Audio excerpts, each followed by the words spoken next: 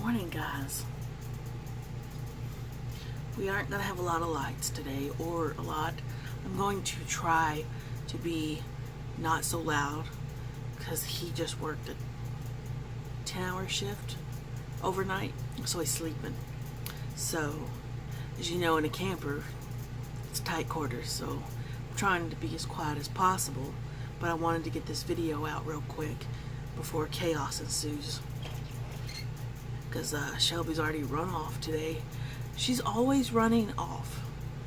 And she's in a she's escaping her pen. It's hog panels and chicken wire, 8 foot tall. She climbs out of it and runs off. And being in the RV park, I can't have that. So I don't know, whatever. But I wanted to show y'all. I got another shawl made. Because remember I made the first shawl and it was a simple triangle shawl. I couldn't find a pattern I like, because let me tell y'all. Remember that cluster shawl that I showed y'all? Well, I got to looking at that pattern. That shawl is the same pattern, or close, real close to the cakes and candles blanket. Now, I'm pretty sure that shawl came first, but I don't know. And since I like the Secret Yarnery and I like Viper Spider, and I don't know who did what, I decided I'm not going to make that shawl. I have another shawl I want to make, but the instructions are a little, so I'm going to have to really pull it apart and try it step by step by step. And hopefully get it lined out. So I'm choosing not to do the cluster shell one, because like I said, I don't know what happened there, why it's under different names. I don't know. So here, anyway, I'm doing this one. It seems like white's the color to go with. I don't know. But you're thinking, oh, it's a plain white shawl. Wrong. I'm adding in a very thin chunk of purple. I think I'm going to do like 5 rows of this silky soft purple, just to add a little pizzazz to it. I've got plenty of white. I'm not doing it to stretch my white. I'm doing it just to add a little something, just a little something. So right now it's just a triangle shawl. It is what it is. I have another shawl. Remember the shawl that's the white and baby blue? I have that one. So there's 2 shawls ready to go almost. Well, that one's not ready yet because it's like too short. But I'll have 2 shawls. So anyway, and I'm not even sure that they'll go to a church, because I don't know if anybody will let me bring them that.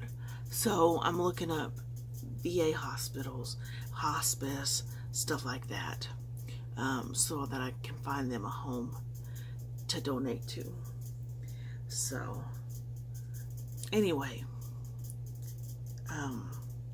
and somebody asked why I don't do tutorials, and that's a simple question, and I bring it up not to call you out or nothing. It's because I don't have the equipment set up to do tutorials. And if I'm going to do a tutorial video and label it as a tutorial, then it needs to be clean and precise. I need it to show exactly what I'm doing. And I don't have the equipment to do that. I don't have an external webcam. I use my phone. And so, you're not going to be able to see what I'm doing. And the whole point of a tutorial is to see what I'm doing. So if I were to label it as a tutorial, my ass is grass and so many people would come for me.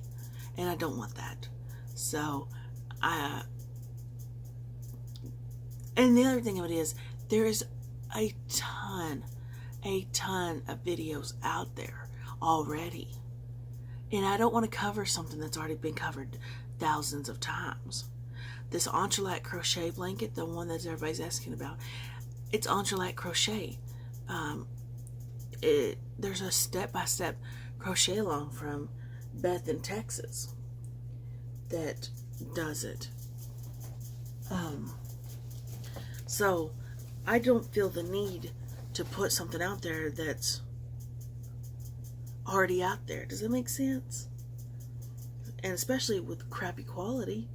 Y'all know this is a shit show. But here's what blanket everybody's talking about. So, and all you do is just go joom, joom, joom, joom, and then here.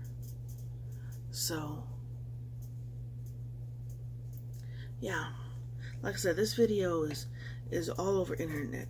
But here's the thing: if you watch Entrelac crochet video from Crochet Crowd, he's showing you two different things. His videos are not consistent with that,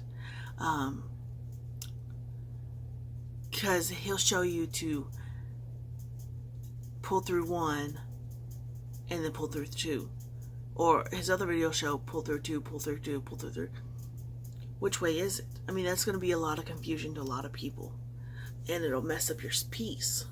So just be careful with the Crochet Crowd, because I don't think at that time of filming, which is like 5 years ago, he didn't understand the concept of it. And so he was sending misformed information out there that may cause some problems.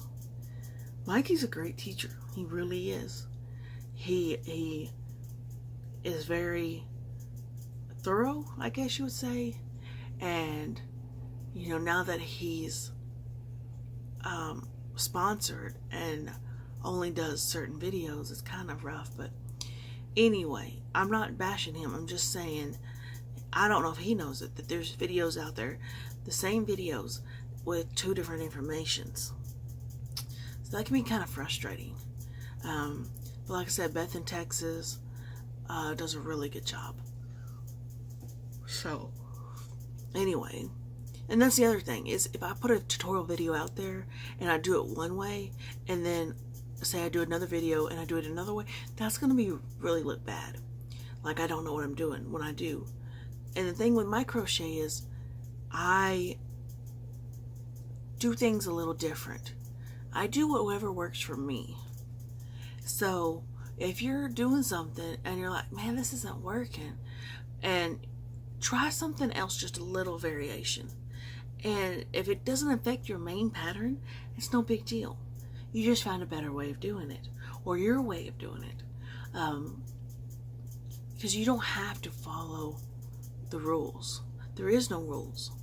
So, you know, do whatever works for you, and it'll be fine. There's a couple patterns where, you know, it does that chain 4 and make a circle. I use the magic circle instead of the chain 4 and everything. I just like to be able to cinch it tight. As long as you're not affecting the outcome of the pattern, you're fine. And experiment with whatever you're trying to learn. It's just yarn. It'll come undone, and you can undo it and redo it, and then when it gets fuzzy looking and horrible, just cut it. Just go. If you're trying a new pattern and you quite don't have the hang of it, don't use your good yarn. Go out there and get you a piece of Red Heart or some shit like that, and work with that, and until you feel like, okay, I've got my feet under myself and I've got this pattern figured out. Then go to your good yarn and do it in your good yarn. That's what I always do, is I get my cheap yarn, test out a pattern, work it out, see if I can make it happen. Once I do that, then I go to my good yarn and be like, okay, I got this.